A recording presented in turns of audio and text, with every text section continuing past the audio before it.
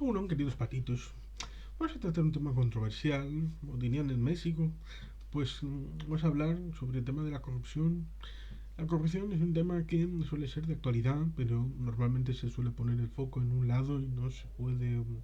obviar que hay más partes implicadas en este asunto lacrimoso, pero real, como es el asunto de meter mano en dinero que es de todos, a pesar de que cierta exministra, que a veces vota en 2022 y 2023 contra ciertas normativas aprobadas por el Consejo de Ministros, llamada Carmen Calvo, dijo, el dinero público no es de nadie. Bueno,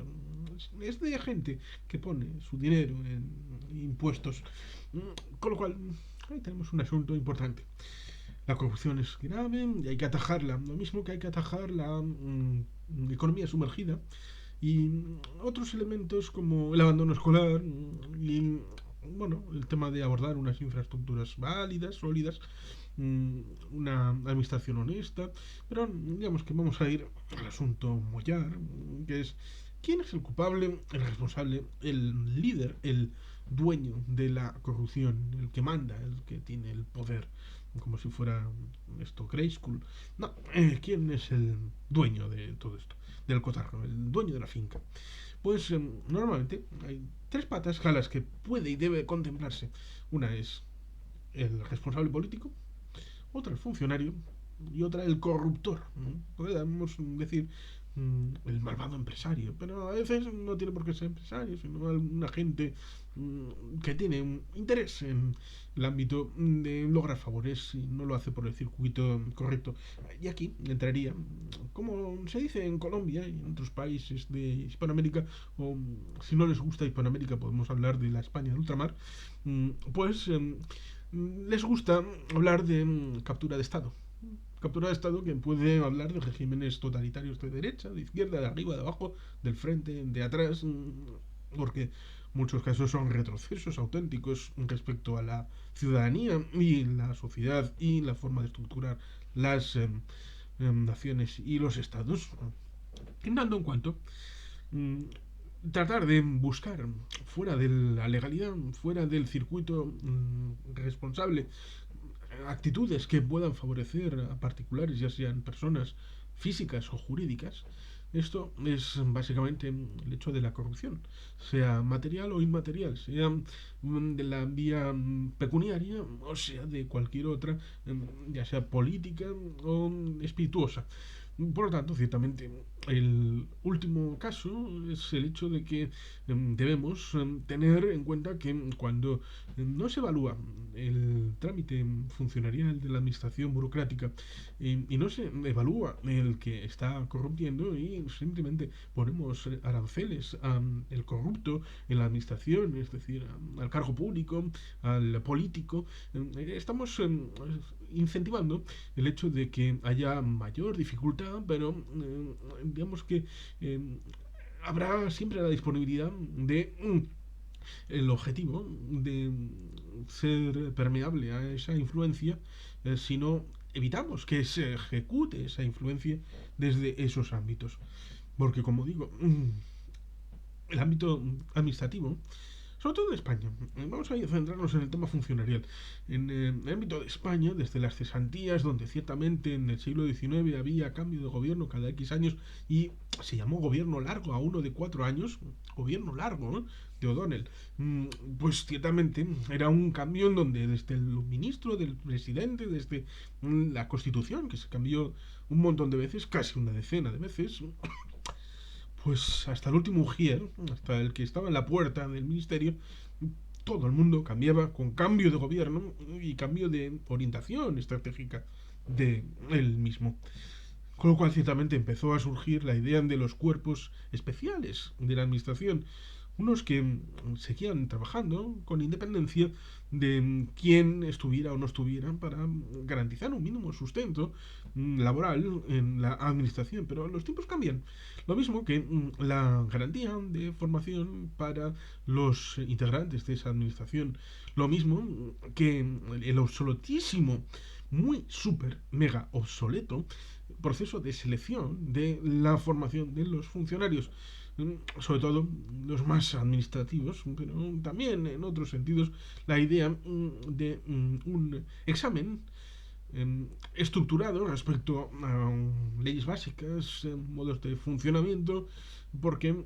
no puede ser que con todos los cambios que se producen habitualmente, el funcionario tenga un día en donde vaya a hacer un examen y si obtiene el éxito que busca, vaya a ser gratificado con una vida completa de trabajo público garantizado, haga prácticamente lo que haga. Y normalmente cuando hay una firma respecto a una recalificación urbanística, habitualmente se pone el foco en el responsable político, ya sea el concejal de urbanismo, el consejero de urbanismo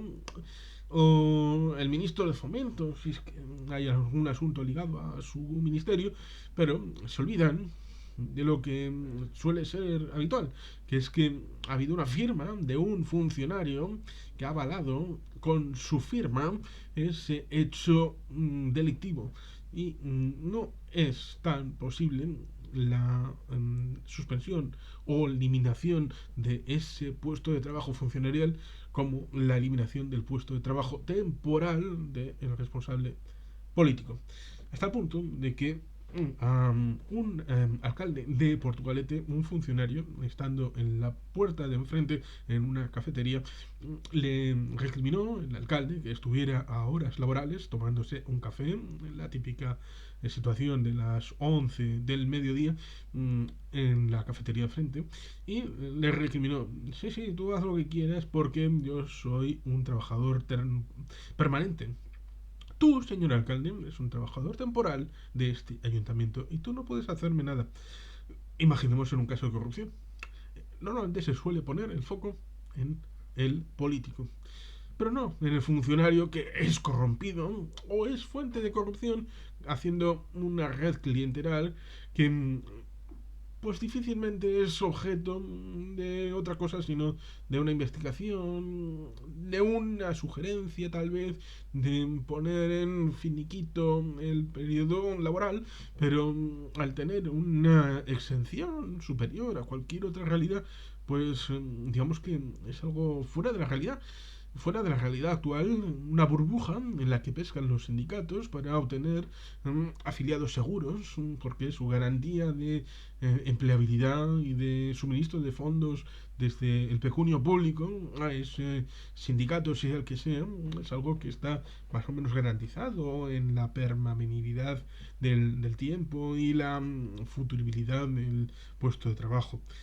Por lo tanto, ahí tenemos un asunto grave que poder poner en el frontispicio de las necesidades y que nadie le echará a mano porque es difícil que alguien vaya a poner en duda el segundo gasto del país. Normalmente se suele poner la idea de que este Estado gasta mucho en autonomía. ¿No? Hay quien dice que gasta mucho en administración, marcha mucho en instituciones políticas. No, no, ese tal vez será como mínimo el tercer gasto. El primero y el segundo son algo que normalmente no se suele pensar. Es difícil de sustraerse de ese hecho, porque en Bilbao empezaron a manifestarse los lunes y sí, son los pensionistas y los funcionarios. Imaginemos, por ejemplo, que echemos a todos los funcionarios y a todos los pensionistas se les retira la pensión en función de ser pensionistas. Y se pone una renta universal de garantía con una unidad sustancial por bueno, lo que Adam Smith, aunque alguien dice que fue Marx, a cada cual según sus necesidades, bueno, ya saben cómo termina. Bueno, pues ciertamente podía ser el hecho de que no fuera necesario el hecho de que esos funcionarios fueran funcionarios, sino que fueran perceptores de esa renta universal de beneficio social y estuvieran obligados a aceptar la responsabilidad de un servicio público distribuido por alguien que organizara todo eso desde el ámbito del gobierno correspondiente Y evidentemente, si dicen que no, pues se les retira esa renta condicional al servicio público, pudiendo renunciar si quieren trabajar en el sector privado, pudiendo retornar a ella en vez de servicio de paro, simplemente pudiendo retornar a esta renta universal. Es una de estas ideas que hay gente que puede lanzar, puede decir, pero el asunto de fondo, más allá de propuestas como esta, está en el hecho de que algunos servidores públicos,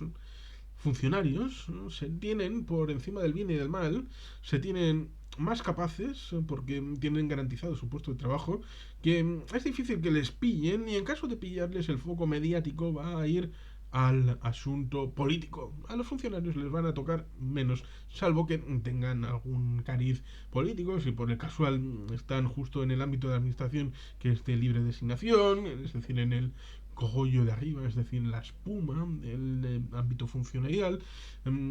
pero salvo implicaciones políticas, por lo general el foco mediático suele estar en los políticos, en los partidos políticos, y se olvidan completamente de los funcionarios, hasta el punto de que recientemente, en la situación que el amigo José Luis Cochicoa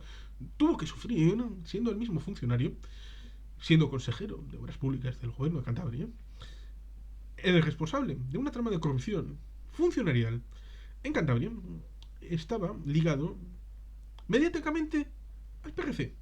a José Luis Gochicoa, a su director general de carreteras, cuando la diferencia era notable, hasta el punto de que se vio obligado, injustamente, de dimitir de su cargo de consejero, simplemente por el que dirán, por el hecho de la imagen pública, por el hecho de temer la segunda y tercera página del diario Centro, del diario Montañés o del diario Alerta, o de cualquier otro medio afincado en Cantabria. Ese miedo, la cercanía de las elecciones del 28 de mayo, ha supuesto algo que es denunciable, porque se pone el foco en lo político, pero no se pone en el ámbito de la función pública. Lo mismo que podemos hablar del hecho del corruptor, porque si no hay un corruptor, no puede haber un corrompido. Si algo puede decirnos la trama del Tito Berni, es que en ese caso han intentado unos pillos, lo mismo que tuvimos aquel ejemplo de Baleares, de los de Amazon que compraban en Amazon, luego me revendían en Wallapop y pedían devolver el supuesto objeto falsamente a través de Amazon y se reembolsaron 350.000 euros. Pues ciertamente, en el caso del Tito Berni, se ha descubierto una trama que trataron de ser pillos, pero les fracasaron las tramas y se dieron cuenta los empresarios que trataron de utilizar esta vía que esa era una vía cegada, no tenía ningún más allá y que no era posible conseguir prebendas a través de esta gente, de este grupo de pillos. Por lo tanto, ciertamente, en este caso es un caso agridulce la trama del Tito Berni, porque, por un lado, es una trama de corrupción, pero por otro, es el resultado de una vía cegada y que, en ese caso, algo bien se ha hecho a la hora de identificar y decir, ojo, que estos a pesar de que fuera el intermediador el que se pusiera vamos, que si en vez del Tito Berni pues hubiera encontrado a otro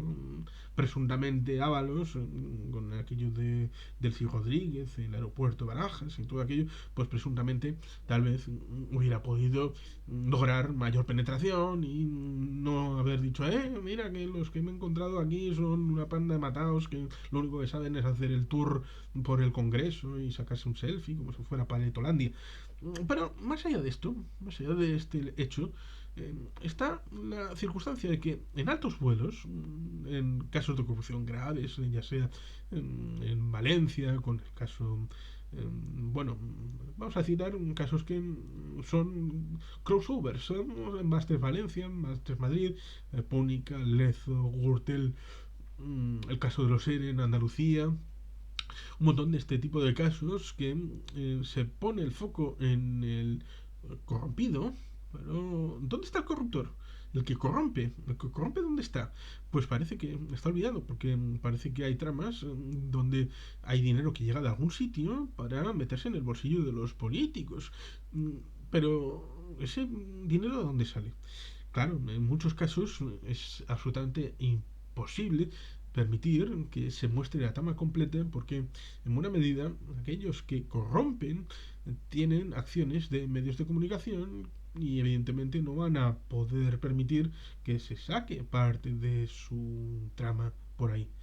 Lo mismo que evidentemente Roures de MediaPro, pues evidentemente no va a permitir que la Sexta o Antena 3 hablen de sus corruptelas en el mundo del fútbol, comprobadas y sentenciadas en sentencia firme. Con lo cual, ciertamente, hay que ver no solamente las deficiencias a la hora de informar, sino tratar de ser variado en el suministro de la información que uno tenga para nutrirse del conocimiento de lo que está pasando. Como digo,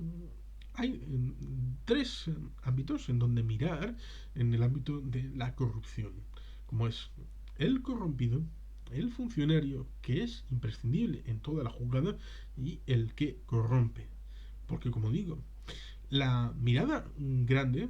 de Big Frame es contra la captura de Estado. ¿Qué significa? Significa que hay que hacer posible que la administración pública, en el sentido más amplio, ya sea a su nivel político, a nivel funcionarial, a nivel de estructura institucional, permita que sea posible cambiarse a sí misma, que se apegue al terreno, que se apegue a las necesidades del momento, no para cambiar cada tuit, como algunos pretenden hacer leyes a propósito de circunstancias de dificultad momentánea, pero sí que cuando surge, por ejemplo, una realidad nueva,